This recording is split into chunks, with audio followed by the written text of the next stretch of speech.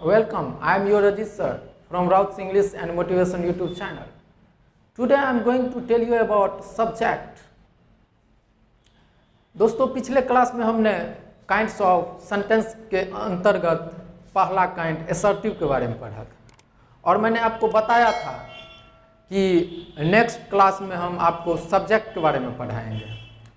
ऐसा क्यों? ऐसा इसलिए कि असर्टिव के बाद इंट्रोगेटिव हमको पढ़ाना चाहिए, इम्परेटिव, असर्टिव एक्सेट्रा ये सब हमको पढ़ाना चाहिए, लेकिन हम आपको असर्टिव के बाद जस्ट सब्जेक्ट, वर्ब और ऑब्जेक्ट के बारे में बता रहे हैं कि ये हमको पहले पढ़ाना है।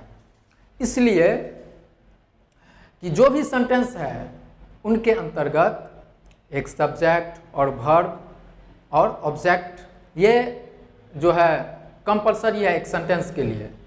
तो इसलिए मैं पहले आपको इन तीनों सब्जेक्ट, वर्ब और ऑब्जेक्ट के बारे में बता रहा हूं ताकि आपको सेंटेंस को समझने में कोई दिक्कत ना हो। तो चलिए आज हम लोग सेंटेंस को पढ़ते हैं।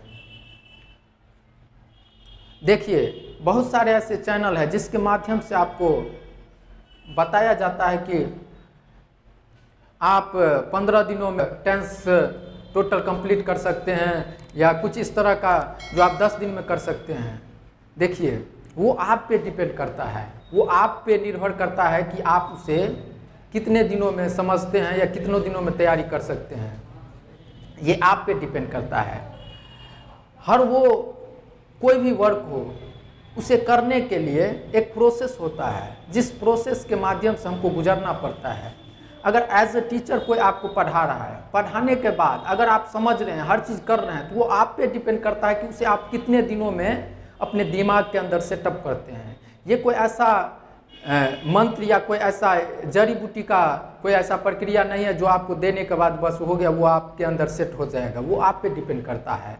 कोई ऐसा मोटिवेशन या कोई ऐसा स्पीकर है जो इस तरह का बात जो हर कोई जो भी वर्क होता है उसको इजी वे में बताता है। सही है, इजी वे में इसलिए बताते हैं ताकि आप उसे हल्के में ले और खुशी से सही से कोई भी बात को समझने का प्रयास करें, जिसके अंतर्गत आपको वो बोर फील ना आए या आप घबराने का जो प्रक्रिया वो घबराहट ना महसूस हो।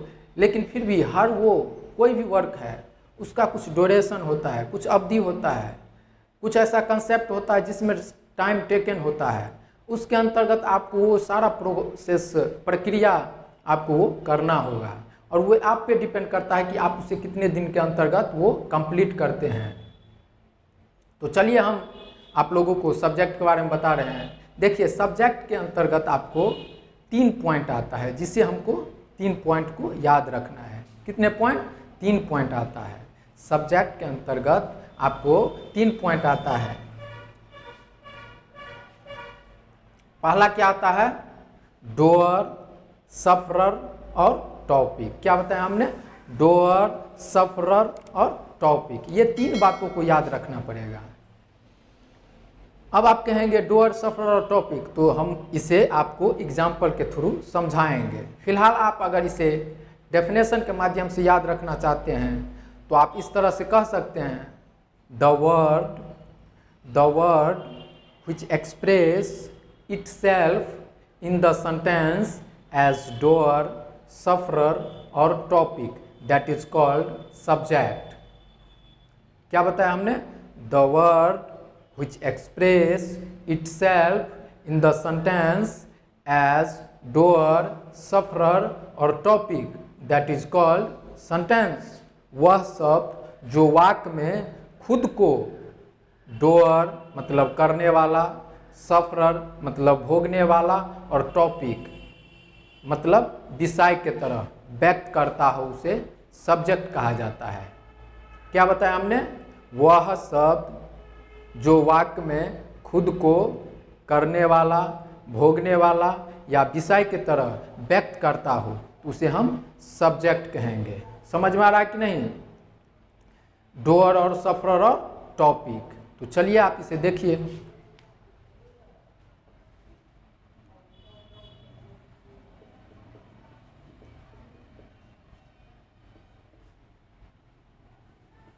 the word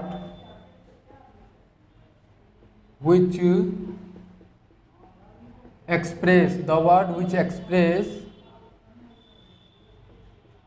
itself in the sentence, the word which express itself in the sentence as doer, sufferer or topic, that is called subject.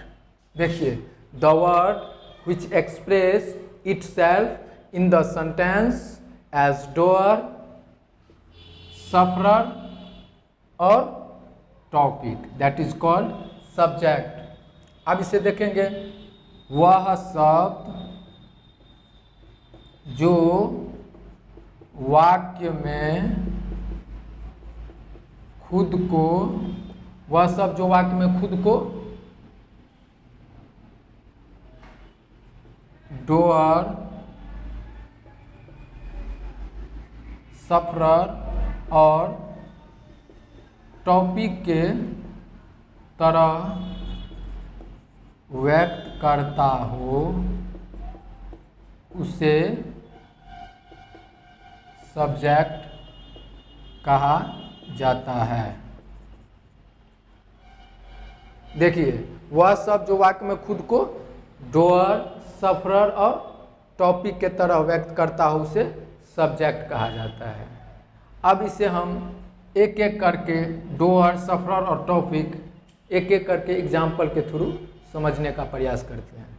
इसमें आपको पहला है डोअर। डोअर का मतलब होता है करने वाला। डोअर का मतलब क्या होता है? करने वाला। अब जैसे देखिए,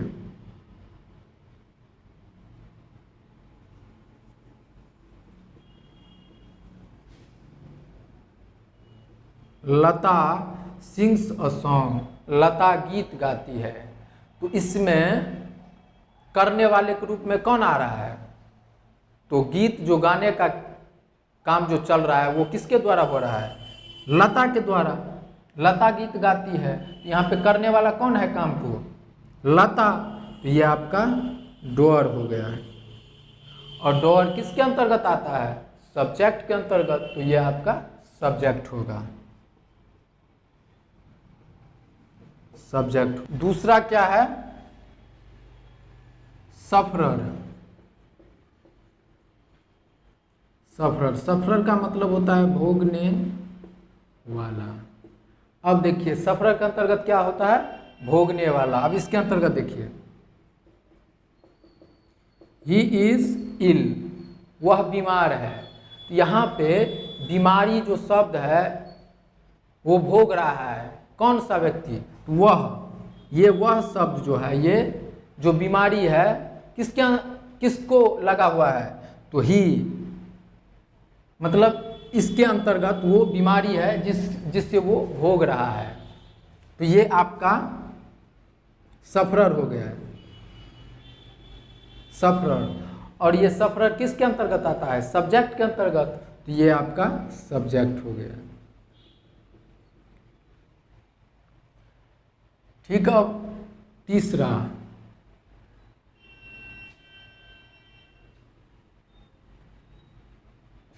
टॉपिक। टॉपिक का मतलब होता है विषय। अब जैसे एक एग्जांपल लेते हैं, India is great. India is great मतलब इंडिया महान है। तो यहाँ पे हम किसके बारे में आपको बता रहे हैं? इंडिया के बारे में।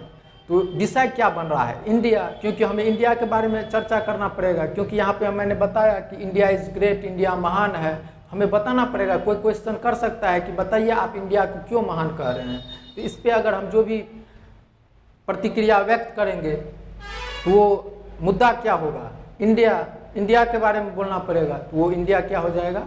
टॉपिक। और टॉपिक किसके अंतर्गत आता है? सब्जेक्ट के अंतर्गत। यह मेरा सब्जेक्ट होगा। यह आपका टॉपिक, और टॉपिक आता है सब्जेक्ट के अंतर्गत, तो ये मेरा सब्जेक्ट होगा। एक बार फिर से देखिए, यहाँ पे इंडिया इज़ ग्रेट, इंडिया महान है, तो यहाँ पे आपको इंडिया सब्जेक्ट होगा, क्योंकि ये विषय की तरह व्यक्त कर रहा है। ठीक उसी प्रकार से यहाँ पे ही इज़ इल, वह बीमार है, तो बीमार कौन है? वह। तो भोग कौन रहा है? वह। तो वह मेरा क्या हो जाएगा? सफरर, और सफरर किसके अंतर्गत आता है? सब्जेक्ट के अंतर्गत, ये सब्जेक्ट होगा। ठीक उसी प्रकार से लता सिंग्स अ सॉन्ग, तो गाने का काम कौन कर रही है? लता, तो लता मेरा हो जाएगा डोअर, और डोअर किसके अंतर्गत आता है? सब्जेक्ट के अंतर्गत, तो ये मेरा हो जाएगा सब्जेक्ट। चलिए, तो आज यहीं पे हम अपना विषय को समाप्त करते हैं, और नेक्स्ट क्लास में हम आप लोगों को वर्ब और ऑब्जेक्ट के बारे में बताएंगे। और अगर आप इसे लिखना चाहेंगे तो स्क्रीनशॉट भी लेकर लिख सकते हैं, या इसे पॉज करके भी आप लिख सकते हैं। कॉपी पे आप नोटबुक और कलम के साथ इसे नोट कर लीजिए, ताकि आगे आप अगर नहीं समझ में आए तो उसे आप बार बार देखें। तो चलिए, अब नेक्स्ट वीडियो में फिर से मिलेंगे नेक्स्ट टाइम। तब तक के लिए धन्यवाद। जय हिंद, जय भारत।